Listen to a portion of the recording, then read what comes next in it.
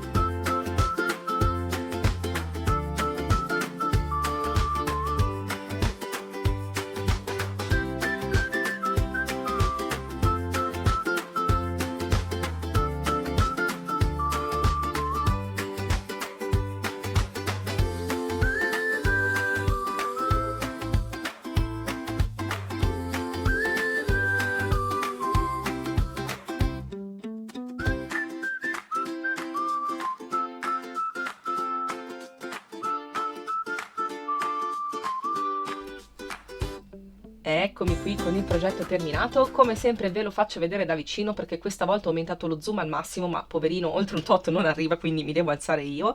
Io devo dire che sono super soddisfatta del risultato finale. Mi piace tantissimo questo arcobaleno con la nuvoletta sia nella parte frontale ma anche nella parte sul retro, perché devo dire che questo feltro o pannolenci, io non mi ricordo mai questo più spesso come si chiama, si presta veramente molto bene a fare da base senza dover mettere all'interno del cartone o comunque un qualcosa di ancora più rigido, perché vedete tiene veramente bene. Tutto sommato considerate che poi va appeso e lì rimane, quindi utilizzare una base di questo spessore morbida però è l'ideale.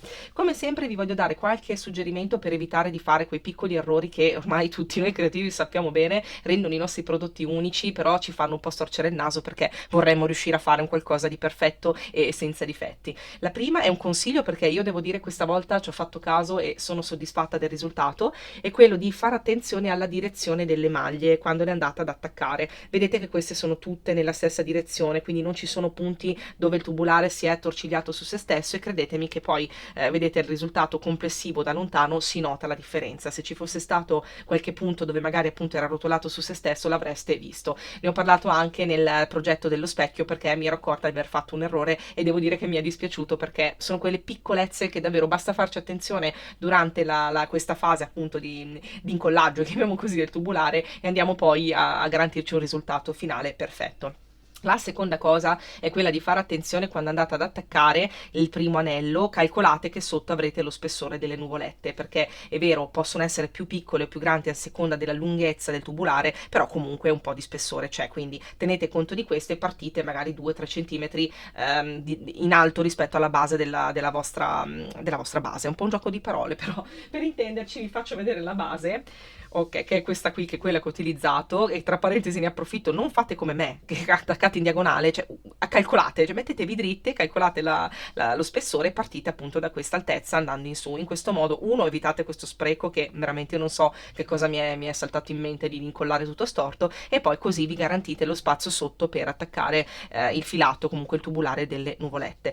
Vedete che ci sono degli altri spazi? Ebbene sì, perché mi era avanzato talmente tanto filato che sono riuscita a creare un gemello di questo arcobaleno qua, anche se le nuvolette le ho fatte un pochino più piccola, ho fatto circa 5 maglie in meno rispetto a questa utilizzata per fare questa base. Qua ne ho tolte 5 perché volevo vedere se realizzandolo un po' più compatto rimaneva un po' più carino, però devo dire che sono combattuta perché anche l'effetto un po' più voluminoso non mi dispiace. Poi, essendo mi è avanzata ancora del tricotin colorato, ho fatto dapprima questo arcobaleno qua, che ho fatto senza viola perché qui mi era terminato il viola, però devo dire che è adorabile, e anche qui appunto ho riproporzionato tutto perché vedete che è molto più piccolo rispetto agli altri. E poi avendo terminato questo tipo di rosa in questo lavoro qua, ho scelto appunto di realizzarne uno fatto così, e devo dire che sono molto soddisfatta. L'ho fatto anche perché nel complesso mi è avanzato un pacchetto intero di questi filati e mi sembrava un po' uno spreco aprirlo solo per fare del viola o fare del rosa, e quindi ho detto beh, inventiamocene due di vari colori, tanto gli arcobaleni sono sempre belli, qualsiasi colore abbiano dentro direi che si salvano sempre. E poi appunto perché volevo finire di utilizzare quel povero feltro, quella base che ho utilizzato, che insomma sono già partita storta all'inizio, quindi mi sembrava un peccato lasciarla lì. Poi cercherò di recuperare il recuperabile, però insomma ormai il danno era fatto.